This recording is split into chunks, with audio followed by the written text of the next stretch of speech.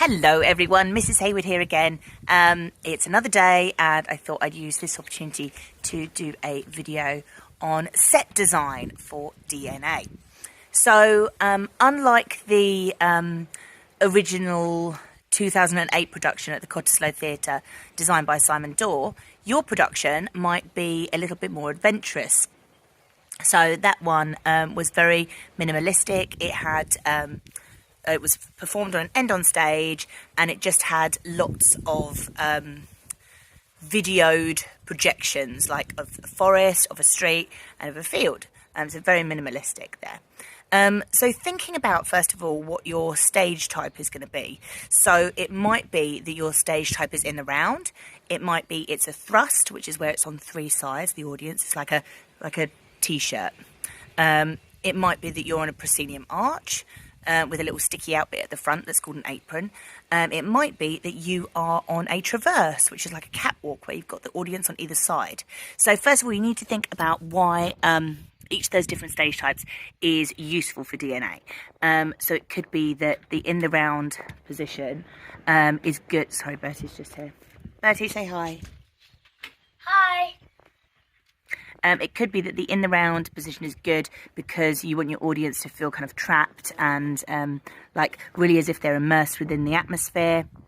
It might be that you want the proscenium arch because you want the audience to be like looking in at like this very intimate secret that the gang have got. You might want to have a traverse because you can almost see then two sides of the argument, like you've got the audience on either side. You could have two sides of the argument basically, couldn't you, for like, should we tell people about Adam or should we not? So you could do that. You could also, maybe the thrust is really good for like general overall like stage type, so you get like the intimacy that you get with an in the round, and you get certain bits where you could have big bits of set at the back, like a proscenium arch. So decide what set type you want. It could be in the exam that you get told what stage type to use, or it could be that you get to choose one. It might be as well that you get some designs, some like bird's eye view sketches, and you have to decide which one's which. I'm sure it'll be fun. So yeah, once you've decided what your stage type is going to be, and you've said why you're going to use it, you need to explain whether you're sort of going for a minimalistic look, or whether you're going for slightly more, adventurous look in some ways or another. It's going to have to be slightly minimalistic because, as I said in my first video, because it's episodic and the set location changes quite a bit, you're not going to be able to have loads of really fancy detailed bits of set. So you're going to have something that is easily sort of changes quite a bit.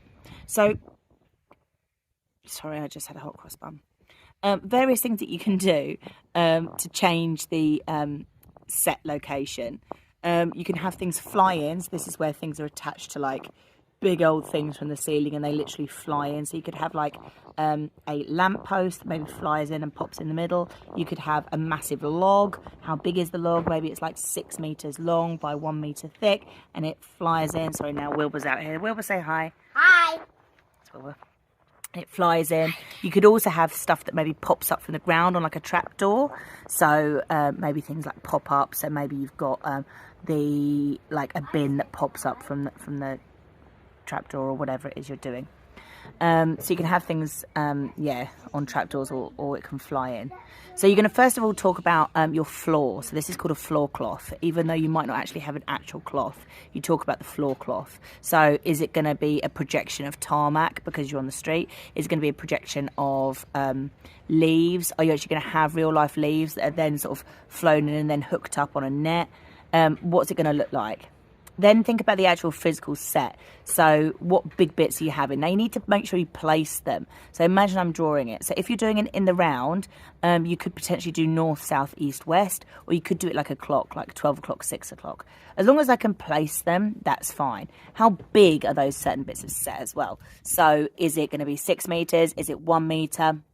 Also, what's it made of? So obviously if you've got a massive old tree, it's not going to be an actual real life tree because that'll be too heavy. So it could be that it's made of plastic. It could be it's made of plywood, which is like that cheap, like flat pack furniture stuff like MDF.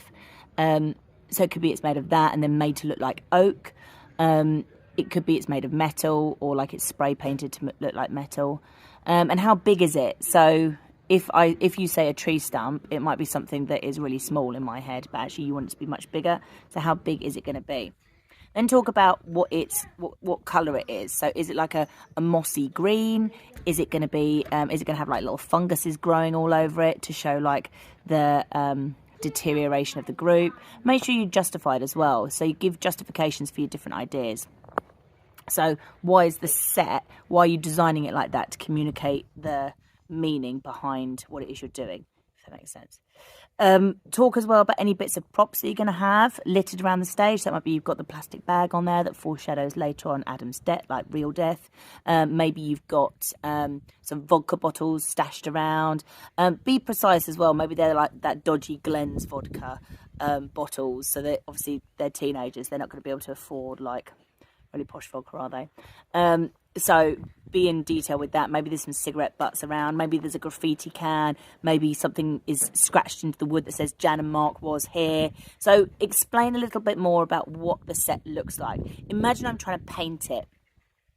Also, if you get a big mark question, like a 10, a 12 or a 15 marker, say how the set would be used to communicate meaning. So it could be that John Tate is starting to scratch into the wood, maybe he's trying to scratch his name out, which is already showing that he's losing control. So again, we're showing there how the prop and the set can be used to communicate meaning.